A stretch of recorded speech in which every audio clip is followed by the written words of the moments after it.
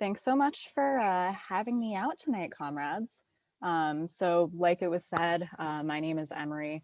I've been in the organization for a little over 3-ish years, and I'm a member of one of our Worcester branches out in Massachusetts, where I've been able to help organize some of our student-related work since I've been a student the whole time I've been here. But to get into things a bit, I think by and large, most folks know at this point that back on January 6th, the day Congress was set to certify the results of the Electoral College, Trump gave a speech to a rally outside the White House, where he continued to claim victory in the election. And this speech was part of the larger March to Save America, which was a pro-Trump event centered around the accusation that the election had been stolen. So what later became the riot was meant to be a protest that would contend or try to overturn the results of Biden's presidential win. And this type of idea was coming directly out of the White House, where we would see Trump still be out there claiming that he had won, that there was fraud, and that the election had been stolen. So, as we know, the Capitol was stormed. There were reports of 2 pipe bombs. Congress was evacuated, and there were very weak barriers and very weak security. The police alleged and claimed throughout the media that they were quickly overwhelmed, but they were not only very lax in response, they had actually been warned in advance of this and warned about the possible violent elements of it and had quite actively chosen not to add any additional security. They also quite literally opened the gates for the protesters to storm through, and then were seen taking selfies with them inside the Capitol. And obviously, this is in very stark contrast to how BLM was treated over the summer, with heavily militarized police swarming the streets, instigating attacks, kettling, beating, pepper spraying, tear gassing protesters, directly targeting medics, etc. I do think it's important, though, to also note that this isn't new, and this isn't just a tactic of the police under Trump, and that we've seen very similar repression, even just a few years back at Standing Rock, for example, under the Obama and Biden administration. So to go through a quick timeline of events as they transpired, on the morning of January 6th, Trump gave his speech to the rally, saying that the election was stolen from you, me, and the country. Rioters shortly thereafter managed to enter the Capitol building and the Senate chambers. A curfew was put into place. The DC mayor requested the National Guard, which was initially denied. And through this, a police officer shot and killed one of the rioters, named Ashley Babbitt, an Air Force vet, who later died.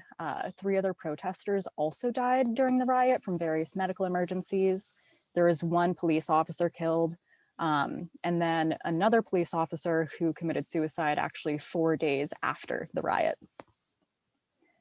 Eventually, the National Guard was called in, and at a similar time, Trump tweeted a interesting video calling for peace, in which he, among other things, called the rioters very special and asked them to go home in peace. And then by the evening, things had, by and large, cleared out. The politicians were able to return to the Senate chambers, and Pence confirmed Biden's win the following morning. So some of the immediate aftermath of this. Politicians, particularly Democrats, were calling for the 25th Amendment to be used, which would essentially immediately take Trump out of office and bar him from running again in the future, despite the fact that this was, at that point, a few days prior to the inauguration when he would be removed anyway. And this was done with the excuse of preventing Trump from running again in 2024. But really, this was a way to push the polarization that we've been seeing onto an issue of Trump and Trump alone, rather than a sign of the broader crisis within the US. Currently, the FBI is also looking for some of the people who were at the riot. Some of them have been arrested on various charges, particularly some of the more notable, visible ones. And security was tightened very heavily for the actual inauguration. And as a result, we saw very few protests from both the left and right, though there were still some on the left that were able to continue, some of which we were able to intervene in, particularly one out in Boston. And then on January 13th, Trump was impeached for a second time for inciting an insurrection. And the Democrats in particular continue to use this as a talking point to blame Trump for the existing polarization and right populism in the US. So this leads us to the question of, was this a coup? The capitalist media has very vocally been calling this an attempted coup and an assault on the fundamental tenets of democracy. But I think it's important to put these events into a bit more context. So while Trump definitely presented the idea that this riot would somehow win him back the election to his base, by this point, Trump had really given up any idea or any thought of being able to pull off some type of constitutional coup, particularly after his numerous failed attempted legal challenges. He lacked any kind of support necessary to be able to pull off this kind of seizure of power. The majority of the capitalist class, the military, sections of his own party had by this point spent quite a bit of time vehemently speaking out against his claims of a stolen election.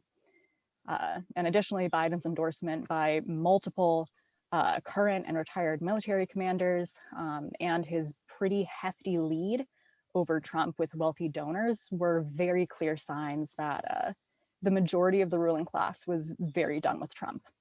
But that being said, Trump wanted to give the impression and the idea that he was going down fighting, to be able to say to his supporters that they had been robbed and lay the basis for future campaigning.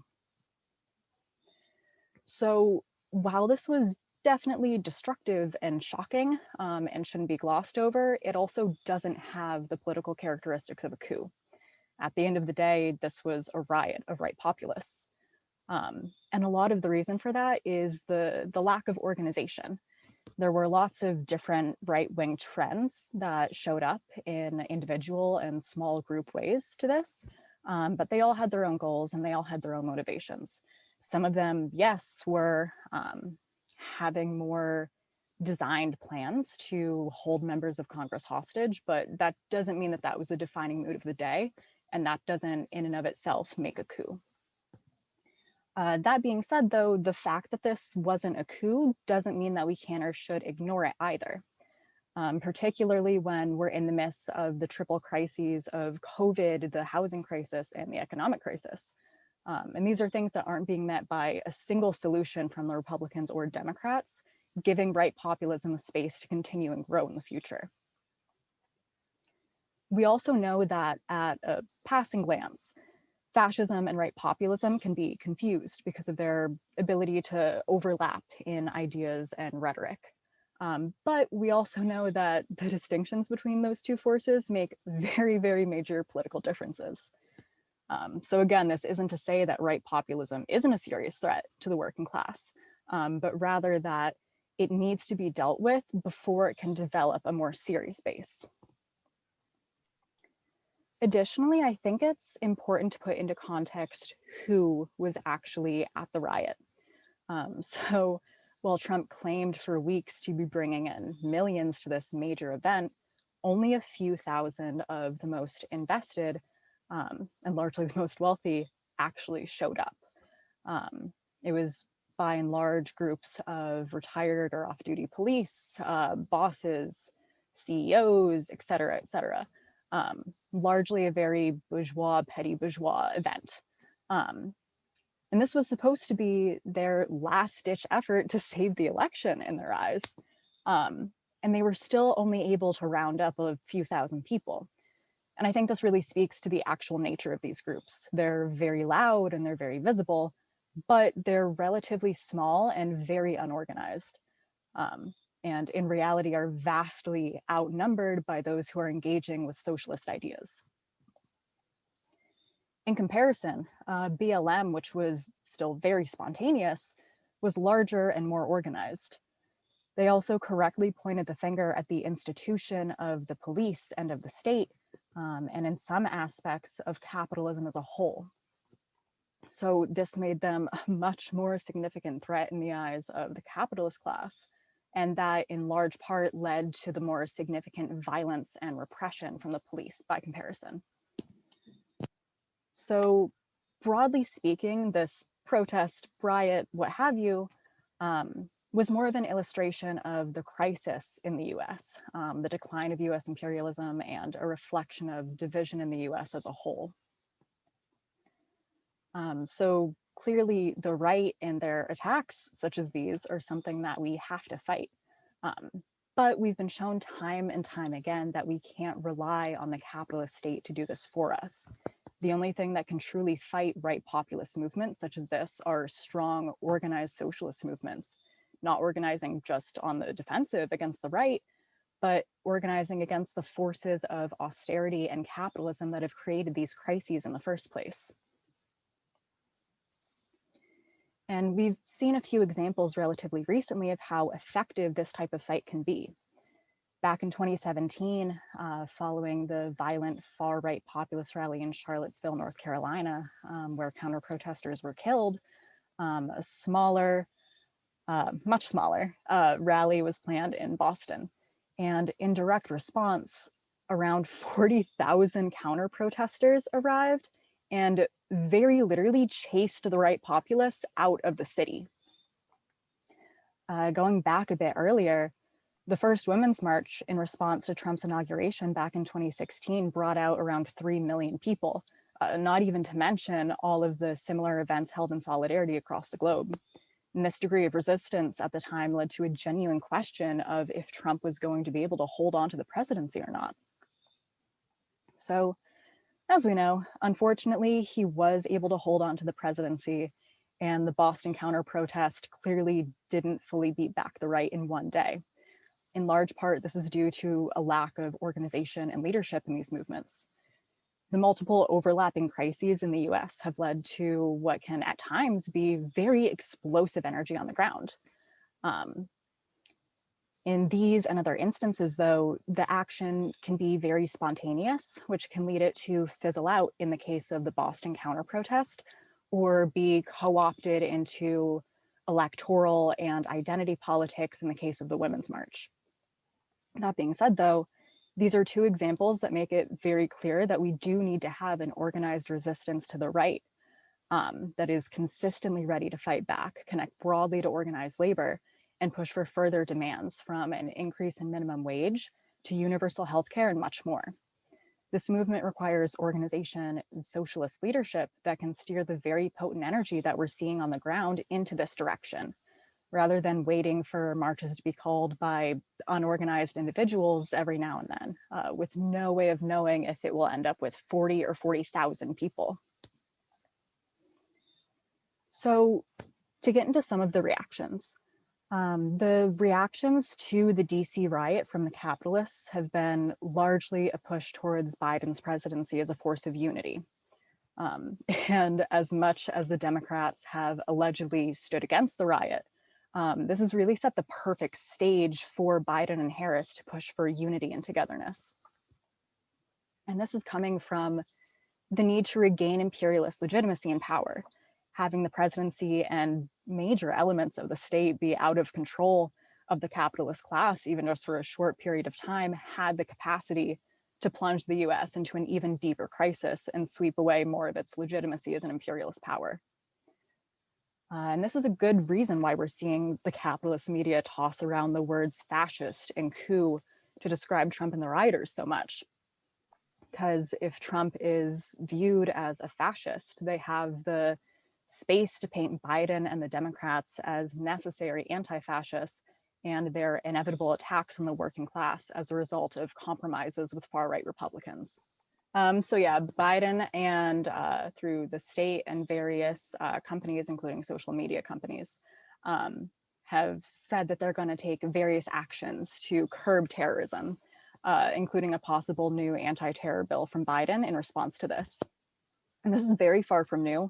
It's a very similar reaction to what we saw post 9/11, with the capitalist state now using the DC riot as a scapegoat to enforce restrictions that in practice will not actually be used against the far right, but instead are going to be able to target groups that the state actually deems as a threat, which we know will largely be the organized left.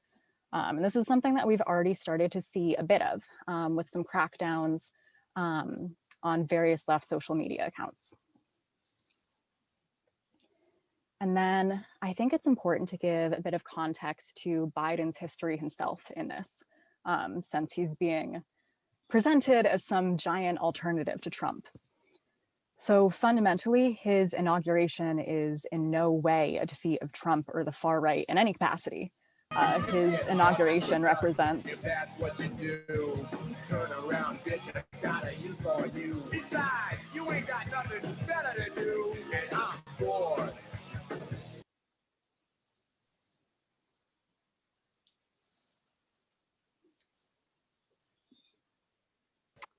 Sorry about that again. Is there any way we can perhaps sort of change the code, or? I think there are options for not allowing anybody else to unmute. Yeah. Although I don't know where to find those. Yeah. I think that's been taken off, hasn't it? Yep. You shouldn't be able to unmute yourself now. So no one can mute and no one can. Well, there's no video and there's no sharing. Right. Okay. So that should. Apologies. This is sorry. No worries. Yep. I'll try again. So yeah, Biden has consistently attacked workers throughout his entire political career. A few highlights of that are his 1994 crime bill, which helped to actively create the modern prison industrial complex and expand the war on drugs. In 93, he voted in favor of NAFTA, deregulating banks by repealing the Glass-Steagall Act in 99, going to war with Iraq in 2003, removing bankruptcy protections for student loan debts in 2005. I could really keep going. He's been here for a while. And the combined effort and effect of all of these policies pushed for by Biden actively helped create the economic crisis in 2008, one which the Obama-Biden administration at the time failed to solve. And this bailout of the banks rather than working people played a huge role in paving the way for Trump to come to power as an anti-establishment candidate back in 2016 in the first place. And then currently, Biden has built a very diverse cabinet in order to make an appeal to the ideas of identity politics and feigned progressivism while making no actual changes. His cabinet is still full of connections to the capitalist class, notably through the oil industry and imperialist military violence. He's also now put a trans face on the denial of universal health care to the working class. And these surface level changes in which people with various marginalized identities now serve as the leaders of the military or of the migrant detention centers will absolutely not result in any material changes for the working class and will by no means be a force which can beat back the far right. So if this is the current situation in the US, what do we as socialists do to fight both the far right and the repression of the state? So we have an advantage in the sense that the far right just doesn't have a serious social base. However, that base can grow if a serious left alternative doesn't organize to address the issues and the crises that workers are facing. And this left alternative cannot and will not be organized by supporting Biden or other capitalist politicians that are responsible for the current situation.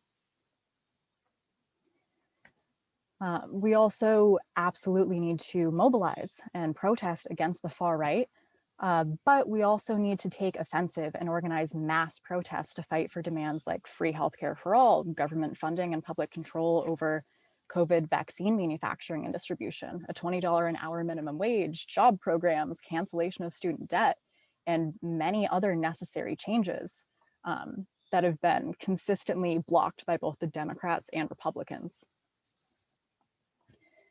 And fundamentally, in order to truly fight the right, we need to be able to build an independent working class party, fully separate from the two capitalist parties, that fights for a working class anti-racist program that can draw vulnerable workers away from these reactionary ideas and help dismantle the economic and social conditions that have led to these far-right tendencies. And to accomplish this, we need organized labor to take up the struggle. We need union members to organize at the local and national level to adopt anti-racist resolutions, support universal healthcare, and all of the other political issues mentioned and more. Turn out their rank and file members to support protests that fight the far right, including with stewarding, legal and financial aid, etc. And this isn't something that can rest or rely on current union bureaucracy and structure that has aligned itself historically with the Democrats, but would instead require rank and file members to elect new leadership to decisively break with the Democratic Party and join the struggle to build an independent left party, which can fight the right and push for the interests of the working class as a whole. And then to end us on, I found a quote from one of our recent Fight the Right articles that I thought was pretty applicable to this, which is, reaction will only cease to rear its head when capitalist interests defending inequality, exploitation, and oppression are cut out root and stem through building an international revolutionary movement for a socialist world. So there we go. Thanks so much, comrades. I will try my best.